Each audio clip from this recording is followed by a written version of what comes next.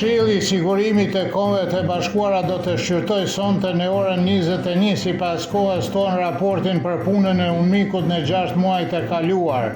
Serbia në seancë do të përfaqësohet nga Ministri i Punëve të Jashtme Marko Gjurić, ndërsa Prishtina nga Ministrja Donika Gërvalla. Shfarës në raport thuhet se nuk ka pasur përparim të rëndësishëm në dialogun e normalizimit ndërmjet Beogradit dhe Prishtinës, ndërsa përpjekjet për zbatimin e marrëveshjes së mëparshme kanë ngesur. Është shprehur shqetësimi për mbylljen e institucioneve që funksiononin në sistemin serb, i cili ndikon në jetën e përditshme të komuniteteve jo shqirmic, dhe është konstatuar se gjendja e sigurisë në veri të Kosovës është ende e brisht.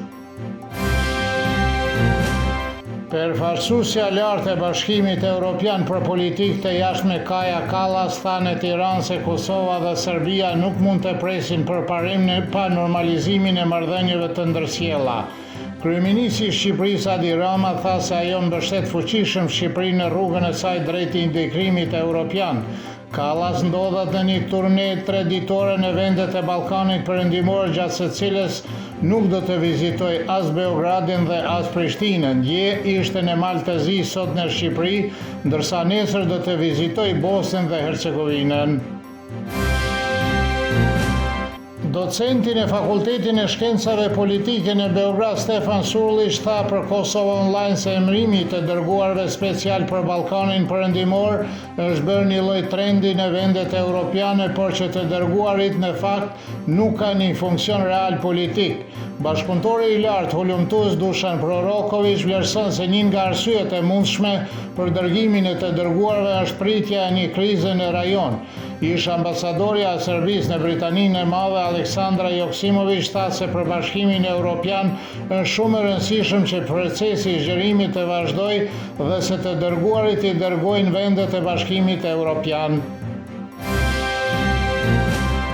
Drejtori i Zyrës për Kosovë dhe Metohi Petar Petković ka uruar pjesëtarët e romëve, veçanërisht ata që kanë mbetur të jetojnë në Kosovë ose janë përkohësisht në Serbinë qendrore, si persona të zhvendosur brenda vendit ditën botërore të romëve.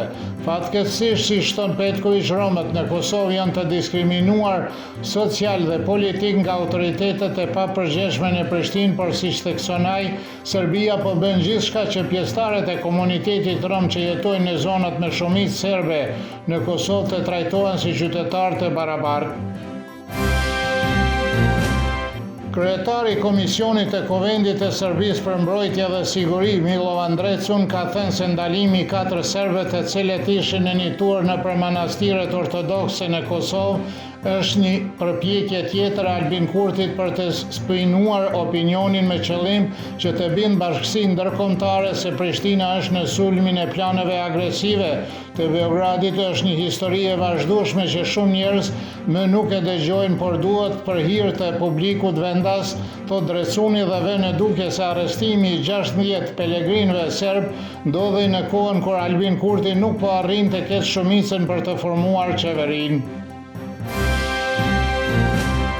Analisti Burim Ramadani nuk pret një shumicë parlamentare në Kuvendin e Kosovës me 15 prill. Pas betimit të deputetëve do të shohim ofenzivë propagandistike se si Serbia nuk e lejon Kurtin të formojë qeverinë dhe do të zvarrit kështu për javë të tëra pafundësisht, tha Ramadani. Ai po ashtu thot se ftesa e Kurtit për liderin e Lidhjes Demokratike të Kosovës, Lumir Abdigjikun, është e pasinqertë, sepse në letër nuk thuhet as se kur dhe as se ku duhet të takohen liderët e 2 partive. Edhe lideri i Aleancës për Ardhmërinë e Kosovës, Ramush Haradinaj, pohon se Albin Kurti nuk mund të formojë qeverinë. Haradinaj vlerësoi se ata që mbështesin qeverinë e Kurtit po i bëjnë një dëm të madh Kosovës. Ai po përpiqet të formojë qeveri dhe thot se Vučići po pengon të formojë qeverinë.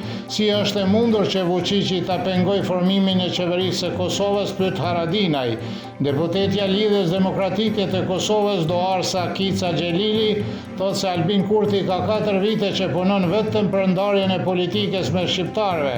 Vetëvendosja nuk mund të mbijetoj pa gjetur fajtor të jashtëm, tha Kica Xhelili, dhe theksoi se ai që synim politik është përçarja shqiptarëve nuk mund t'i bashkoj as ata në paqë dhe as në krizë. Moti nesër në Serbi do t'jetë pjesërisht me vranësira dhe me diell do të fryjë redove deri mesatare her pas here me fort veriperëndimore dhe fort në lindje të vendit. Temperatura mëngjesit do të sillet nga -4 deri në 2, kurse ajo maksimale ditore nga 8 deri në 14 gradë Celsius.